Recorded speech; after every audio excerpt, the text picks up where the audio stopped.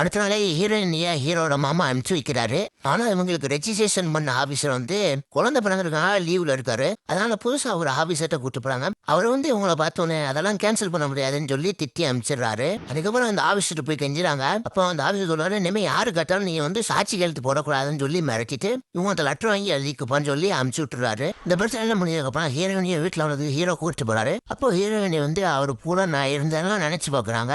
அது மேல கொஞ்சம் லவ் வர்ற மாதிரி இருக்கு. வீட்டுக்கு போன ஹீரோயினிக்கு ஹீரோட நினைப்பா இருக்கிறதுனால ஹீரோட்ட பேசணும்னு நினைக்கிறாங்க. இப்போ ஹீரோயின் ஹீரோக்கு போன் போடுறாங்க. போன் ரீச் ஆக மாட்டேக்கு. அப்போ ஹீரோனோட ஃப்ரெண்டு கிட்ட ஹீரோயின் போன் போட்டு நான் ஹீரோட்ட பேசணும்னு சொல்றாங்க. அதுக்கு ஹீரோட ஃப்ரெண்டு இவனு ராத்திரி ஆயிடுச்சு, நான் எப்படி போய் ஹீரோட்ட போன் கொடுக்க முடியும்னு கேட்கறாங்க.